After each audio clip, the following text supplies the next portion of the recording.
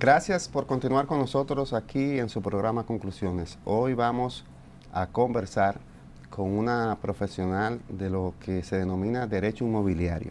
Todo lo que tiene que ver con el mundo de las construcciones, el alquiler, la necesidad de que cada familia tenga una vivienda propia y todos los temas que van relacionados con ese campo de las construcciones inmobiliarias. Muy buenas noches, Raquel Wency Wilkinson y Alberto Quiñones. Nos sentimos muy agradecidos de que tú hayas aceptado esta invitación esta noche. Gracias, Alberto. Gracias, Wency. Gracias. Sí. Gracias por invitarme a participar con ustedes aquí de este interesante conversatorio sobre lo que significa pues el mundo inmobiliario para cada familia en nuestro país y yo digo que en el mundo. Así es. Sí. Raquel, muchos dominicanos, sobre todo extranjeros o turistas, vienen a la República Dominicana a hacer inversiones inmobiliarias, o sea, a comprar una casa, un inmueble o a hacer inversiones en proyectos en la República Dominicana. Sin embargo, hay algo que llama la atención.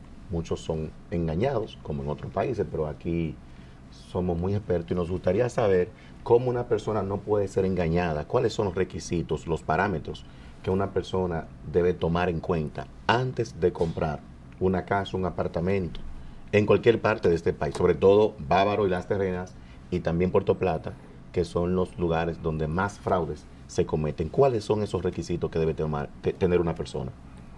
Mira, pues que esto es algo súper interesante porque nosotros los dominicanos nos denominamos todólogos. Entonces, al momento de tú adquirir una propiedad, que es un bien que todo el mundo quiere tener, o sea, el tema de tener una propiedad a las familias le da seguridad, le da estabilidad, y por ende, pues, tú te sientes en otro nivel cuando adquieres una propiedad, una vivienda. Entonces, en ese sentido, el Estado es el responsable de garantizar que esa adquisición de un bien que tú consideras como parte íntegra de tu vida, porque está considerado un bien primordial en la primera fila, entonces el Estado debe garantizar que ese bien sea adquirido de la manera más digamos, diáfana posible. Para eso, los seres humanos debemos entender que tenemos que cumplir con ciertos parámetros que a veces la gente no está dispuesta a hacerlo. ¿Cuáles son esos parámetros? Yo digo, somos todólogos, pero hay información que solo un profesional del área, en este caso un abogado, que son los que tienen los conocimientos necesarios en nuestro país. En otros lugares hay otras áreas que se desarrollan en ese sentido, pero en el caso nuestro específicamente son los abogados que tienen que tomar en cuenta parámetros legales al momento de que un cliente se le acerca y le dice que quiere adquirir una propiedad. En este momento yo te puedo decir de manera específica los detalles que un abogado, cualquier profesional en el área inmobiliaria debe tomar en cuenta al momento de ayudar a un cliente o la propia persona si lo decide hacer de manera personal para que haga un análisis primero de la adquisición de una vivienda hay tres factores puntuales que son el vendedor, ¿verdad? O desarrollador en este caso, está el producto que es la vivienda que tú vas a comprar y evidentemente está la persona que compra. Entonces, esas tres cosas son los tres entes que fungen en esta operación. ¿Qué es lo primero que un comprador debe determinar en ese momento? Pues que la vivienda realmente, si está en desarrollo, que ese desarrollador tenga primero la propiedad del terreno, ¿no? Que tenga los permisos que se necesita de manera estatal para llevar a cabo esa construcción y evidentemente que tengan las garantías de los estamentos, en este caso los estamentos que fungen de jurisdicción inmobiliaria, los ayuntamientos, y que de una vez tú compruebes que esa persona ya tiene todo su plano aprobado, tiene su permiso, tiene todo, entonces tú te decides y si te interesa, entonces da un inicial o ya entra en temas de negociación, pero lo primero que tienen que garantizar que ese desarrollador que te está vendiendo ese proyecto sea el dueño del terreno y tenga los permisos correspondientes. Perdón, a eso está hablando entonces que cuando hablamos de un desarrollador, para que nuestro televidente sepa, estamos hablando de una persona jurídica, una empresa, que también es bueno investigar los socios, quiénes son. Correcto. Lo primero al momento de investigar un desarrollador, señores, bueno que ustedes sepan que los documentos de empresa, de constructoras, son documentos públicos. O sea, a veces la gente cree, no, porque yo no sé quién es el socio de la constructora. Google ahí nos brinda toda la información para investigar la empresa. Ahora bien, para fines de socios y ver quiénes o cuáles son las personas involucradas que son socios de tal o cual constructora o desarrolladora, ahí están está la Cámara de Comercio, por ejemplo, está la DGI, está, que ese otro punto importante a tomar en cuenta cuando son propiedades ya construidas, para que no nos vayan a engañar, el tema del pago de sus impuestos, el tema de que tenga su IP al día y todo eso, que son diferentes fases cuando es una vivienda en desarrollo y cuando es una vivienda ya construida. Entonces, lo que nosotros recomendamos es que cada persona que va a adquirir una vivienda, tanto en el país como en el exterior, se haga asesorar de un profesional del área.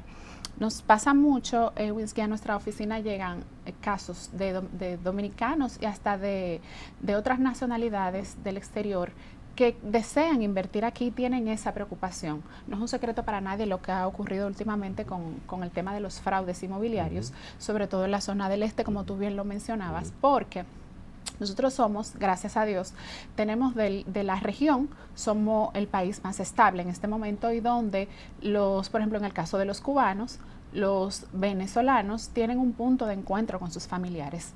Por ejemplo, los venezolanos que se van a los Estados Unidos, que específicamente están emigrando mucho al área de la Florida, igual con los cubanos, ustedes saben que en la Florida, donde más predomina los cubanos están instalados allá, somos una especie de lo que nosotros somos en Nueva York.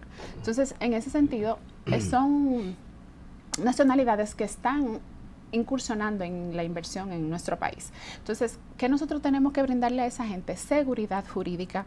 ¿Por qué? Porque al final eso es parte de nuestro desarrollo. Entonces, en esa zona se está usando mucho que ellos tratan de invertir aquí, pero personas desaprensivas y gente que nosotros necesitamos que se vean consecuencias, pues los están engañando. Entonces, los cubanos, por ejemplo, no pueden volver a Cuba a reunirse con un familiar y todavía no se lo han podido llevar. Lo propio pasa con los venezolanos. ¿Qué hacen? O vienen y adquieren una propiedad aquí para venir de manera temporal, de repente la rentan, el Airbnb, y tienen ya un bien que no pueden tener en su país por las razones políticas que ustedes conocen. Entonces, tenemos que cuidar la seguridad jurídica que le damos a esos inversionistas, a esas personas que se pasan toda una vida trabajando, igual que los dominicanos, fuera de su país y que de repente quieren invertir aquí. Nosotros, el Estado dominicano, necesita darle esas garantías que todo inversionista necesita. Bien, hay un detalle en la sociedad dominicana, y es que los gobiernos, las administraciones, en un determinado momento dicen que van a construir X cantidad de miles de soluciones habitacionales, y ese objetivo casi nunca se logra. El sector inmobiliario privado, ¿qué ofertas en soluciones habitacionales, viviendas de 4 a 6 millones de pesos, se puede presentar como una oferta, se podría decir, asequible según tu punto de vista? Porque lo que vemos son grandes construcciones de residencias, de apartamentos, que no es asequible para ese gran público de la familia dominicana que aún hoy en día no tiene una vivienda propia. ¿Qué ustedes como sector privado pueden exhibir que no sean esas grandes construcciones que no están disponibles para esa gran población de familias dominicanas? Mira, yo no sé si ustedes conocen el proyecto que desarrolló, que se inició en el gobierno pasado, en el caso de la zona oriental, Ciudad Juan Bosch. Sí. Esas viviendas, de ese tipo de vivienda, normalmente el gobierno las desarrolla precisamente para personas de bajos recursos. ¿Qué es lo que ha pasado aquí? Que por el inminente crecimiento de la ciudad y evidentemente nuestros campos no tenemos las vías de desarrollo necesarias que necesita nuestra gente para quedarse allá. La gente ha migrado a la capital. Okay. Entonces, cuando te hablo de la capital, incluyo los municipios, o sea, Santo Domingo Este, Norte y el distrito. Entonces, ¿qué pasa? en esos lugares se han desarrollado proyectos multifamiliares para personas de escasos recursos. Sin embargo, el tema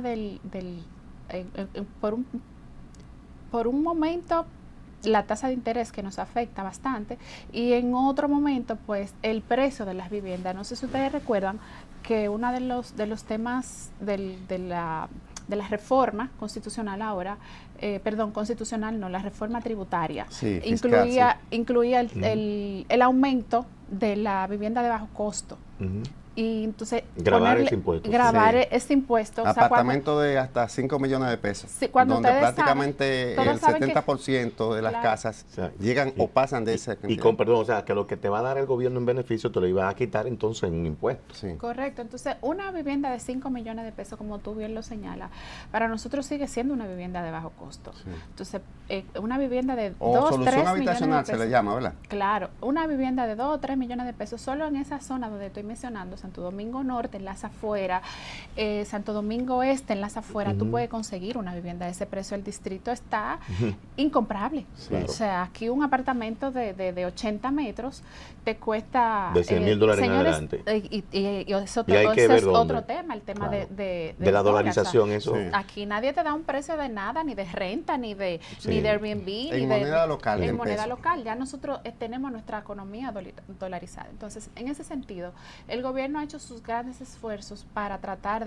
de suplir, pero desde mi punto de vista todavía no es suficiente. O sea, tenemos que seguir invirtiendo en el sector construcción, porque como le decía en principio, el tema de que cada familia cuente con una vivienda, ya eso le da seguridad, le da estabilidad, porque es lo que tú sientes que es tuyo. O sea, no es lo mismo tú vivir en un apartamento rentado que vivir en una vivienda propia. Eso justamente, Raquel, yo quería enfocar mi pregunta al tema de la dolarización, que nuestra Constitución establece que la moneda de circulación nacional es el peso. Correcto. Pero ¿por qué específicamente en el sector inmobiliario privado, sobre todo por los grandes desarrolladores inmobiliarios, ellos han dolarizado totalmente el mercado? Totalmente. No existe en la República Dominicana un desarrollador inmobiliario que te hable de peso. ¿Por qué la venta, en este caso en el mercado inmobiliario, específicamente los desarrolladores, venden es en dólar? ¿Por qué? Mira, realmente nosotros tenemos, como si todos lo sabemos, demasiada influencia del dólar. Eso está como la vaina de la tierra, tierra rara. La tierra rara. Sí, ahora esa vaina es rara, un mercado raro. Sí, nosotros tenemos, nuestra economía está dolarizada hace mucho tiempo. O sea, eso no es de ahora. Y si te digo que tengo la respuesta a eso, pues realmente es algo que creo que ni yo ni el propio gobierno puede decirte. Yo pensaba que tú la tenías porque era un experto en eso. Raquel. Ya quisiera yo tener la respuesta de eso. Raquel, hemos visto y nos hacen llegar a nosotros, en nuestro trabajo de comunicador, soluciones habitacionales que está implementando esa gran potencia China. Inclusive ya hay ejemplos de que en menos de 48 horas se hacen edificios de más de 12 plantas en menos de 48 horas. Entonces, hemos conversado con algunos inversores y han dicho que el mercado está controlado por esas grandes constructoras que no permiten que esa tecnología llegue a República Dominicana. Entonces, ¿cuál sería el paso que tienen que dar esas personas que están, según tu punto de vista, interesadas con ese capital de traer esa tecnología china para construir ese tipo de solución habitacional aquí a República Dominicana? Lo que pasa es que, como lo vimos en la reciente visita de Marco Rubio aquí al país, el día de estos días, ayer específicamente, nosotros tenemos una influencia económica y un principal socio comercial, que es los Estados Unidos. O sea, tiene que ser una decisión que venga directamente desde el Estado y entienda que ese tipo de tecnología nosotros no pueden favorecer. Yo entiendo que el Estado como tal, el gobierno como tal, ha hecho su trabajo para que la gente pueda tener una vivienda. Sin embargo, nosotros todavía no llegamos al nivel de poder tener específicamente esa tecnología al alcance de nuestra gente por el mercado de donde viene. y por intereses que impiden, ¿verdad? Por los intereses los que constructores de bloques, aquí, de cemento, claro, de varilla. Claro, que es parte de que también tiene influencia en el tema de la economía y el dólar, como hablábamos ahorita. Y lo otro, un punto muy importante, que el gobierno ha hecho muchos esfuerzos para que la gente tenga acceso a esas viviendas producto del crecimiento de la economía y de la alta tasa de interés. Y es que yo no sé, probablemente ustedes no se den cuenta porque a veces uno lo maneja con poca información, no con los detalles correctos. El gobierno vive inyectando de manera frecuente capital a los bancos, y cuando tú vas a los bancos te dicen, no, pero es que solo para vivienda. O sea, no te dicen que es un préstamo comercial. No sé si les ha pasado. Ustedes de repente van al banco y te dicen, no, que hubo una inyección de capital directamente del gobierno a los bancos, pero te dicen que solo es para vivienda. O sea, ese demuestra capítulo, claramente que la garantía, que el gobierno quiere garantizar que las personas de bajos recursos tengan una vivienda, porque saben que eso le da estabilidad y de cierto modo una estabilidad familiar, pues estabilidad para el gobierno en sentido general. ¿Crees que en la República Dominicana existen condiciones para establecer una garantía inmobiliaria en este sector específicamente? Por supuesto. Señores, esto es un tema de voluntad. Es voluntad. Aquí nosotros tenemos capacidad para hacer de todo y producto de eso es el avance económico que nosotros hemos tenido en los últimos años y propiamente en el sector inmobiliario. O sea, aquí se está construyendo a niveles internacionales, con estándares internacionales, con una calidad que nosotros la podemos pues mostrar dignamente. Lo que pasa es que falta voluntad política.